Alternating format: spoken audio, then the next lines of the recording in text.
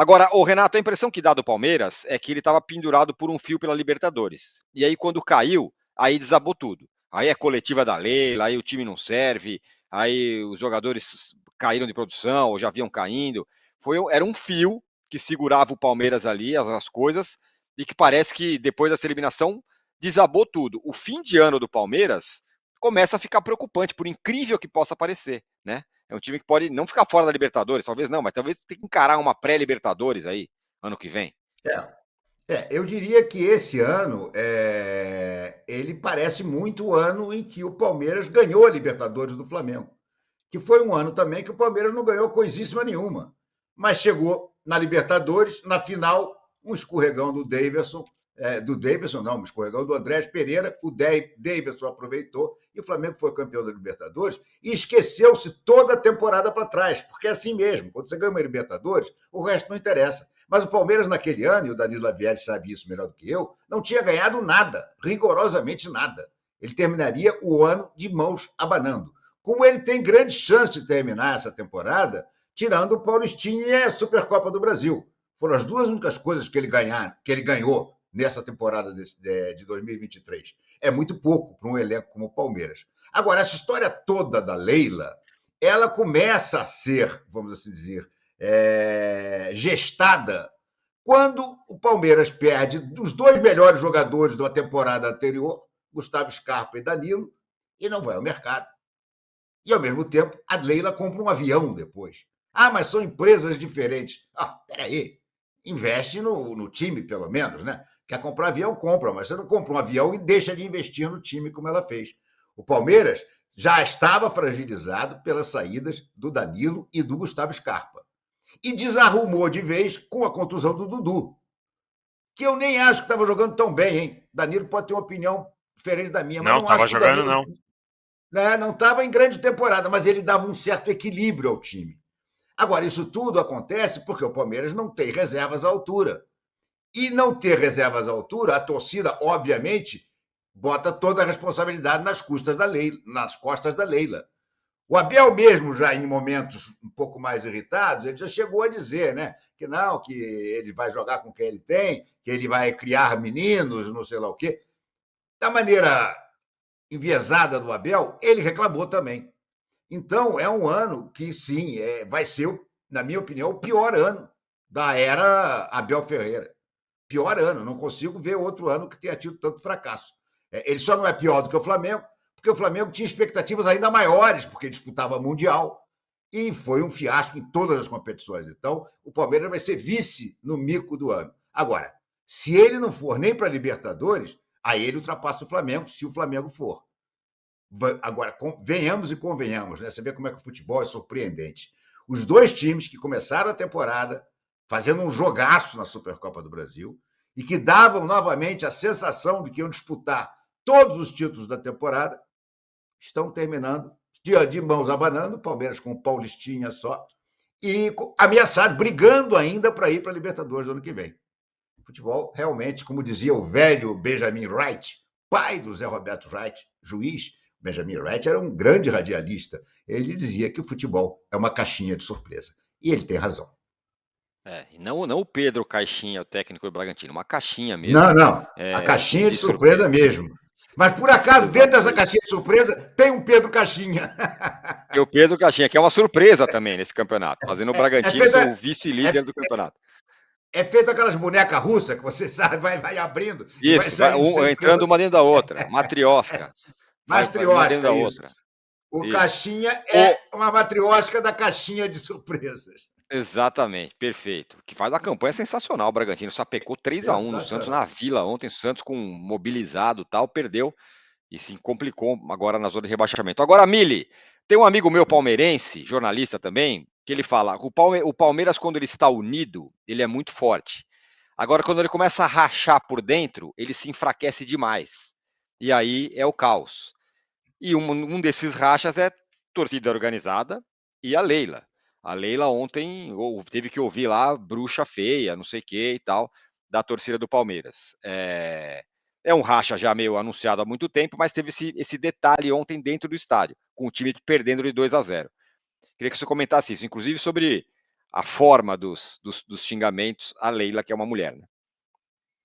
Então, eu vou só olhar a coisa um pouco mais alargadamente, assim. Eu acho que o Palmeiras teve 3 anos, 2 anos e alguma coisa, de esplendor, né? Eu acho que a torcida estava em esse, eu falei em terceira academia, muita gente falou em terceira academia, e mantenho, acho que foi mesmo, acho que o Palmeiras foi um time grandioso, é uma beleza que a gente não está acostumado a ver no futebol, é uma beleza tática, né? É uma força bruta de existir em campo.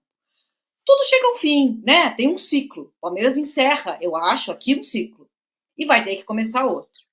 Vejo muitos problemas na gestão da Leila. Para mim, o maior deles é o acúmulo de funções. Ela é presidente e dona da grana. É uma CEO. O Palmeiras não é uma SAF, mas tem ali uma pessoa que age na gestão como se SAF fosse, né?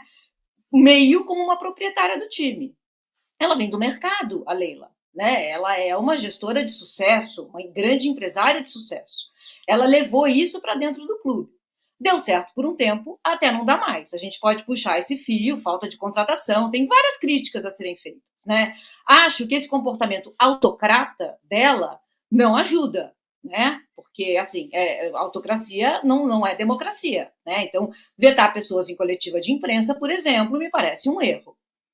Tudo isso dito, acho que a gente está falando de coisas que estão dentro do jogo, estão dentro do futebol. Ela não se atracou com o torcedor no shopping, não mordeu virilha de ninguém. Ela está longe de ser um duílio, né? A administração que é feita no Corinthians, por exemplo, né? Ou no Vasco, né? Ou sei lá, a gente pode pegar outros clubes. O Palmeiras, durante algum tempo, sob o comando dela, foi grandioso. Agora as coisas estão complicadas. E aí a torcida resolve puxar um coro absolutamente machista. Porque vamos voltar à origem da palavra bruxa, né? Começa com, segundo a pesquisadora Silvia Federici, que pesquisa idade média há muitos anos, com o genocídio de mulheres. Qualquer mulher que não se comportasse de acordo com o que o feminino exigia, uma mulher que ousasse transar, uma mulher que ousasse gozar, tudo isso era queimado. Uma mulher que ousasse questionar qualquer coisa, uma mulher que não casasse, vamos queimar. Então, bruxa vem daí. Bruxa não é a velhinha com uma verruga no nariz que a gente vê nas fábulas. Bruxa é uma mulher transgressora. Então, eles usaram a palavra certa do jeito errado, claro, para tentar ofender, e aí vai na vaidade, que qualquer um que tenta ofender mulher vai na vaidade. Então, é lamentável. Ela é a mais exposta, né? Porque o Abel não vai ser errado. O Abel é o cara que estava lá puxando a terceira academia. O elenco também não. Agora, quem temos ali na vitrine, que também está sujeita a críticas e também errou? A Leila. Vamos chamar de bruxa feia. É uma lástima, gente. É pequeno, é vulgar, é baixo, é grotesco.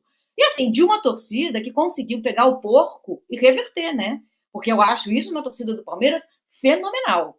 Porco era um xingamento. Eles se apropriaram do porco e o porco virou um símbolo. Então é uma torcida que é capaz de coisas brilhantes e inteligentes. Mas ontem é lamentável. Assim, como mulher, a gente gosta de um esporte que detesta a gente. É isso todos os dias. Então eu sinto muito, me solidarizo a Leila, mas mantenho as críticas que eu faço a ela. Posso falar do Dudu? Claro. Vale. Porque eu acho que o Dudu, ele não estava muito bem, mas ninguém no Palmeiras se movimenta como o Dudu. Na hora que ele sai, o Palmeiras tem um problema de dança, de coerência tática, ninguém se movimentava como ele, mesmo ele jogando mal. Então, acho que ali o time começou a ficar muito mais rígido, sabe? Basta ver que a alternativa dele foi tentar mudar o Arthur de lado, né? Colocar Mike e Marcos Rocha e mudar o Arthur de lado.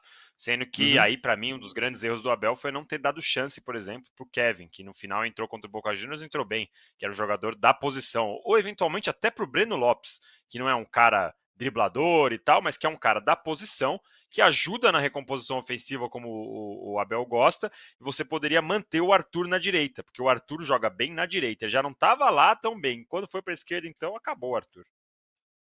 Então, o Danilo, eu queria falar com você sobre algumas coisas que a Mili falou, inclusive sobre o Dudu. Eu falei algumas vezes já aqui que, para mim, o Dudu está entre os 10 maiores jogadores da história do Palmeiras. Ah, não, mas o Evair jogou mais, mas o Edmundo era um gênio, o Julinho Botelho, não sei o quê. Não é isso que eu estou falando, não é melhor jogador, maior, mais importante. O Dudu aparece no Palmeiras na hora da virada do Palmeiras. O São Paulo queria o Dudu, o Corinthians queria o Dudu, o Palmeiras vai lá e pá, contrata o Dudu. Foi a hora que o Palmeiras se recolocou como grande. E aí virou esse Palmeiras que a gente conhece hoje, de 2015 para cá. Então, para mim, o Dudu é uma figura muito, muito importante na história do Palmeiras, porque eu falo, ele está entre os 10 maiores, né, da história. Simbolicamente, é um dos 10 maiores jogadores da história do Palmeiras. Esse é o ponto. Não tem o Dudu, e a Mili falou, ele faz muita falta. O Palmeiras vai lá e flerta com o Bruno Henrique. Agora parece que vai se acertar de novo com o Flamengo. E oferece o que o Bruno Henrique quer, 4 anos de contrato, não sei o quê.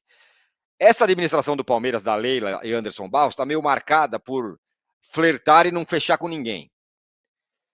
Não é aquele movimento que só pode dar errado, porque é provável que ele vá ficar no Flamengo. Você vai encher um pouco o saco do Flamengo, mas o Dudu não vai para o Palmeiras. E aí vai ficar com o quê? Com o carimbo do fracasso. Esse é um ponto que eu queria que você falasse. E o segundo que a Mili falou, é um ciclo que se encerra. Você acha que está encerrando um ciclo do Palmeiras? E que agora tem que mudar muita coisa?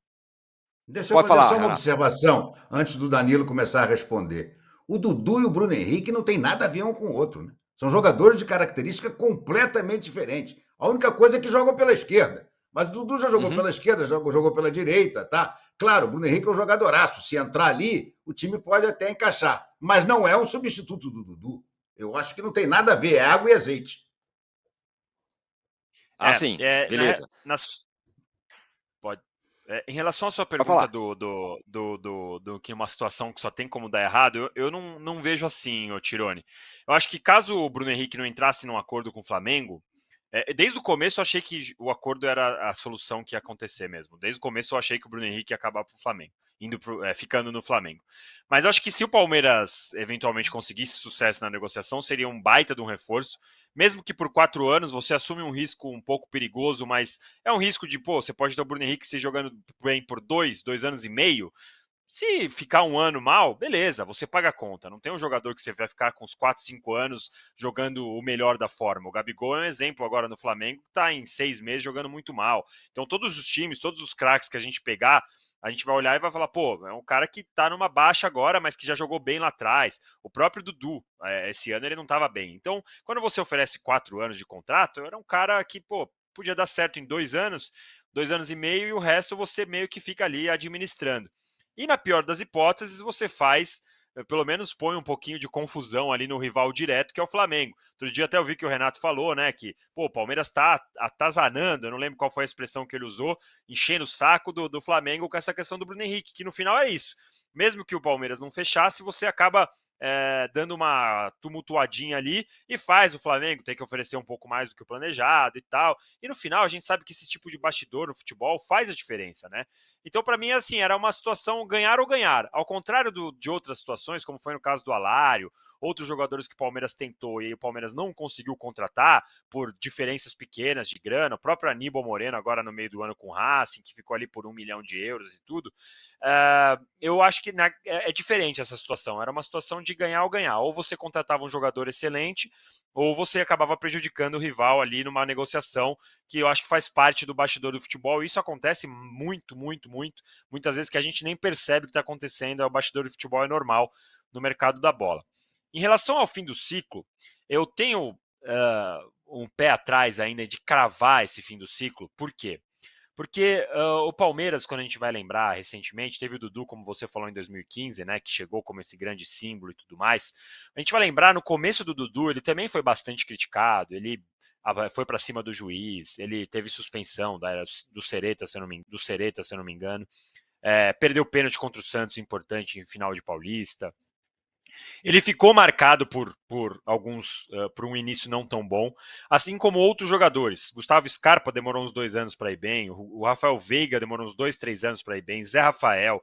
Basta a gente lembrar que o Palmeiras quase fez um negócio que seria Zé Rafael, Gabriel Menino e Rafael Veiga para trocar pelo Jean-Pierre. Então, assim, a história recente do Palmeiras mostra que às vezes esses caras deram uma dormida, param um pouco de jogar, e eles voltam. E eles voltaram, coincidentemente, com o Abel. E desde que o Abel chegou, esses caras jogaram muito bem. Então a gente está vendo um fenômeno recente aqui, que é esses caras jogando mal. Até o Gustavo Gomes está jogando mal, o Murilo está jogando mal, o Everton ontem falhou. Então, assim, eu não sei se eu consigo cravar fim do ciclo, mas é fato que liga uma luz de alerta para você olhar.